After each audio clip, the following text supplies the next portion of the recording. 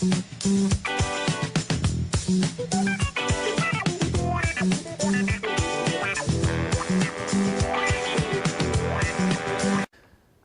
of the most basic and positive interpersonal communication practices that we have is called self-disclosure.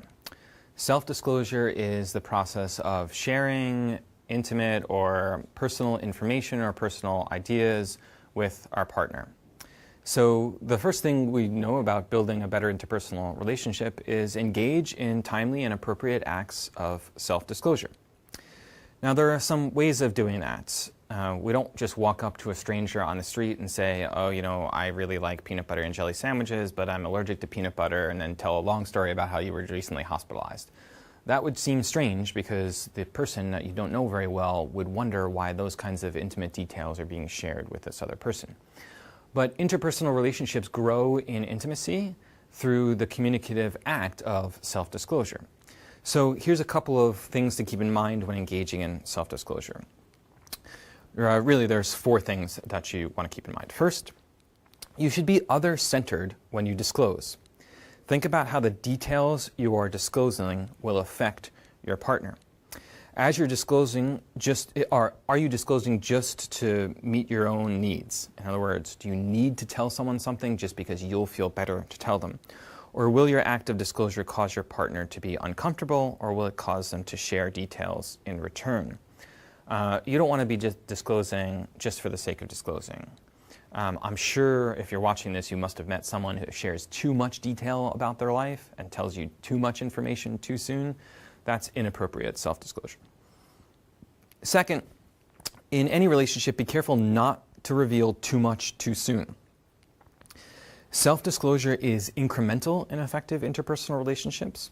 So you don't tell everyone your life story in one night, despite the fact that that's probably a romantic comedy someplace where that happens. We don't want to reveal too much too soon because that will create a kind of awkwardness in the relationship you're building or maintaining interpersonally. Third, you should decrease self-disclosure if you're sharing details about yourself and your partner is not reciprocating. So if you find yourself telling your partner or someone about some things in your life that are important or intimate, and your partner is not reciprocating and not saying anything in response, that's a sure sign that you need to stop the act of self-disclosure.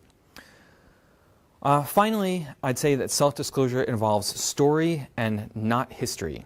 So the way in which one partner discloses more details to another partner is very important. It's potentially more important than the content of the disclosure.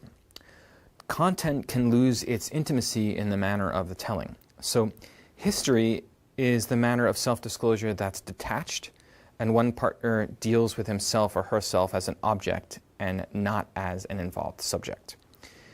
Intimate life details might be revealed, but those details are either just facts or generalities with no particular meaning. So history doesn't draw two partners closer together. Story, on the other hand, is an invitation from one partner to the other partner to become closer. It's a way of authentic self-disclosure because it reveals the manner in which one partner is genuinely implicated in some particular details, and in a sense of implication, that sense of implication is being told through the story. So self-disclosure involves story and not history. It's a way of suggesting that it's an invitation for the partner to respond to those details. We should all tell our partner stories that request a response, not histories that are bland kind of sort of recountings of the facts. So when you tell a story, you're expecting a response from the other part. So engage in timely and appropriate forms of self-disclosure. It's a critical component to building interpersonal relationships and to becoming a better partner.